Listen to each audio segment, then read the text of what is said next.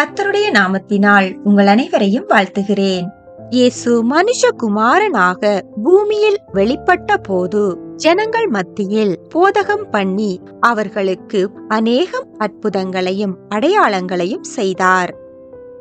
என் வாயை உவமைகளால் திறப்பேன், பூர்வ காலத்து மறை பொருள்களை வெளிப்படுத்துவேன் என்ற தீர்க்க தரிசனம் நிறைவேறும்படியாக இயேசு ஜனங்களோடு பரலோக ராஜ்யத்தை குறித்தும் மனம் திரும்புதல், தாழ்மை, ஜெபம், அன்பு, இரக்கம், விடாமுயற்சி, விசுவாசம் இவைகளை குறித்து உவமைகளாக பேசினார்.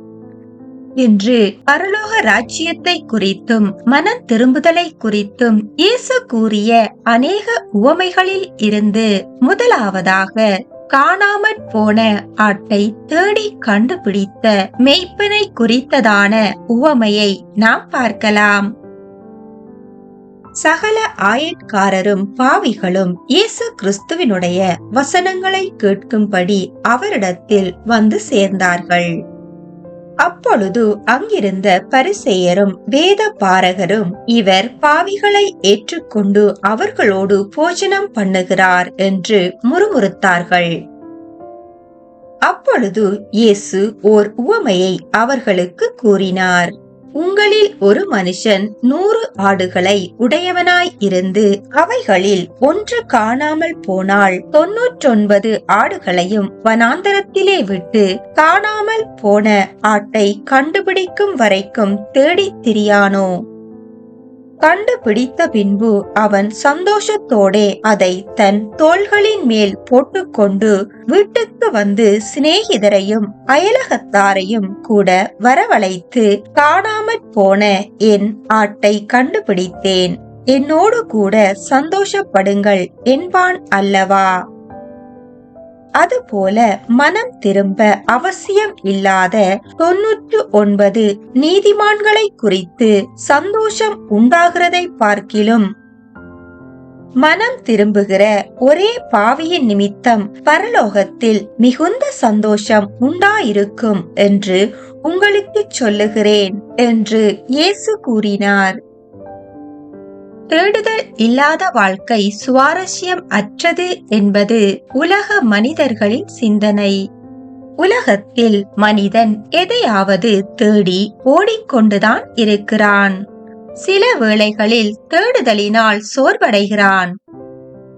இந்த உவமையில் கூறப்பட்டுள்ள காணாமல் போன ஆட்டை 2 விதமாக நாம் பார்க்கலாம். முதலாவதாக இது இஸ்ரவேல் ஜனங்களை குறிக்கிறது. ஏனென்றால் இயேசு தம்முடைய 12 சீஷர்களையும் அனுப்பும் போது காணாமல் போன ஆடுகளாகிய இஸ்ரவேல் வீட்டாரிடத்திற்கு போங்கள், போகையில் பரலோக ராஜ்யம் சமீபித்திருக்கிறது என்று பிரசங்கியுங்கள் என்று கூறினார். அத்துடன் இயேசு கானானிய ஸ்திரியிடம் காணாமல் போன ஆடுகளாகிய இஸ்ரவேல் வீட்டாரிடத்திற்கு அனுப்பப்பட்டேனே அன்றி மற்றபடி அல்ல என்று கூறினார். இரண்டாவதாக இஸ்ரவேலர் அல்லாத புறஜாதியான நம்மை குறிக்கிறது. ஏனென்றால் ஏசாயா தீர்க்கதரிசி கூறுகிறது போல, நாம் எல்லோரும் ஆடுகளைப் போல வழி தப்பி திரிந்து அவனவன் தன் வழியிலே போனோம், கர்த்தரோ நம் எல்லோருடைய அக்கிரமத்தையும் அவர் மேல் விழப்பண்ணினார் என கூறப்படுகிறது. பக்தி உள்ளவர்களை கர்த்தர் தமக்கென தெரிந்து கொள்ளுகிறார். கர்த்தரிடத்தில் பட்சபாதகம் இல்லை. அவர் எல்லோரையும் நேசிப்பவரும் எல்லோருக்காகவும் தன் ஜீவனை கொடுத்தவருமாயிருக்கிறார்.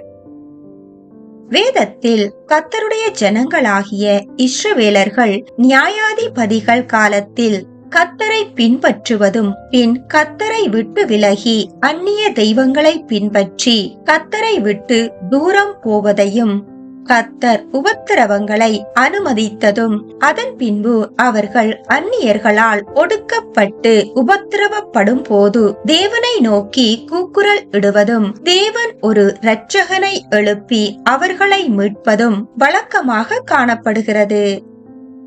இந்த உவமையில் ஆட்டை தேடிச் சென்ற மேய்ப்பனைப் போல இயேசுவும் கர்த்தரை விட்டு தூரம் சென்ற தம்முடைய ஜனங்களை தேடி வந்தார். நானே நல்ல மேய்ப்பன், பிதா என்னை அறிந்திருக்கிறது போலவும் நான் பிதாவை அறிந்திருக்கிறது போலவும் நான் என்னுடையவைகளை அறிந்தும் என்னுடையவைகளால் அறியப்பட்டும் இருக்கிறேன். ஆடுகளுக்காக என் ஜீவனையும் கொடுக்கிறேன். இந்த தொழுவத்தில் உள்ளவைகள் அல்லாமல் வேறு ஆடுகளும் எனக்கு உண்டு, அவைகளையும் நான் கொண்டு வர வேண்டும். அவைகள் என் சத்தத்திற்கு செவி கொடுக்கும். அப்பொழுது ஒரே மந்தையும் ஒரே மேய்ப்பனுமாய் இருக்கும் என்று இயேசு கூறினார். அத்துடன் பிணியாளிகளுக்கு வைத்தியன் வேண்டியதே அல்லாமல் சுகம் உள்ளவர்களுக்கு வேண்டியதில்லை. பலியை அல்ல, இரக்கத்தையே விரும்புகிறேன். நீதிமான்களை அல்ல, பாவிகளையே மனம் திரும்புதலுக்கு அழைக்க வந்தேன் என்று இயேசு கூறினார். வேதத்தில் இழந்து போனதை தேடவும் ரட்சிக்கவுமே மனுஷகுமாரன் வந்தார் என கூறப்படுகிறது. எதற்காக இயேசு நம்மை தேடி வந்தார்?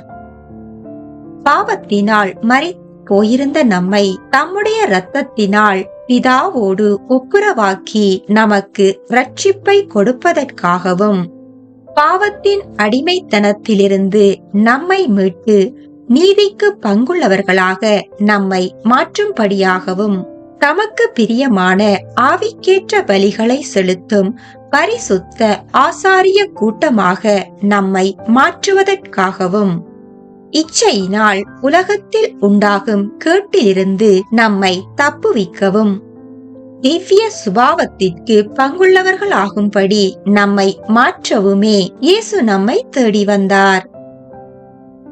ஆடானது தனக்கு வரும் ஆபத்திலிருந்து தன்னை காத்து கொள்ள முடியாததும் மந்த சுபாவம் உள்ளதும் பச்சையான புல்வெளியை கண்டால் மேய்ப்பனை விட்டு பசுமையை தேடிச் செல்லும்.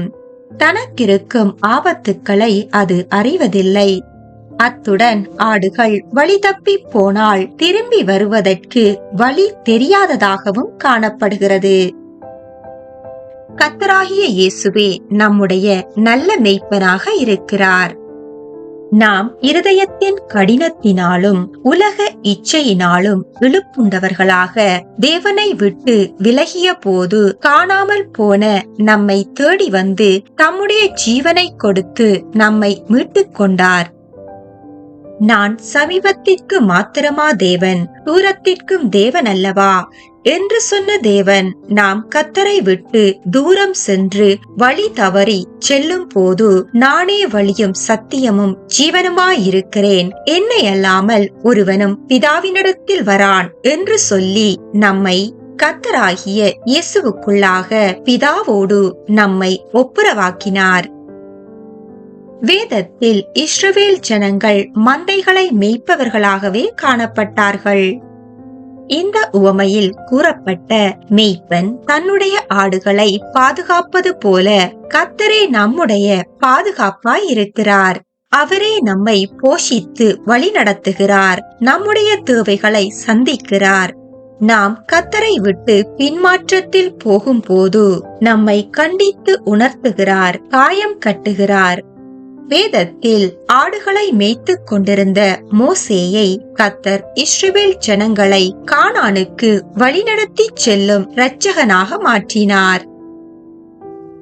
நானே வாசல் என்று கூறிய இயேசு உலகத்தின் இச்சையில் சிக்கி இருப்பவர்களையும் சாத்தானின் அடிமைத்தனத்திற்குள் அகப்பட்டிருப்பவர்களையும் பாவச்சேற்றில் மூழ்கி இருப்பவர்களையும் தேடி கண்டுபிடித்து தூக்கி எடுத்து பரலோக ராஜ்யத்திற்குள் பிரவேசிக்க செய்யும் நல்ல மேய்ப்பராக காணப்படுகிறார்.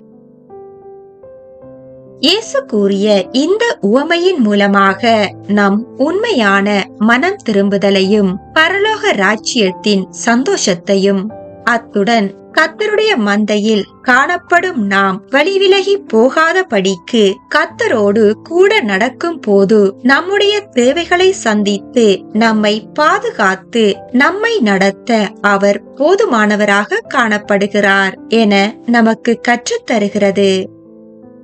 நாம் தொடர்ந்தும் இயேசு கூறிய உவமைகள் எனும் தொடரில் இயேசு கூறிய உவமைகளையும் அதன் பின்னணியையும் அவர் வெளிப்படுத்திய மறைபொருளையும் அது நமக்கு எவைகளை கற்றுத் தருகிறது என்பதையும் தொடர்ந்து வரும் நாட்களில் நாம் பார்க்கலாம். மற்றுமொரு பதிவில் சந்திக்கலாம். கர்த்தருடைய நாமத்திற்கு மகிமை உண்டாவதாக.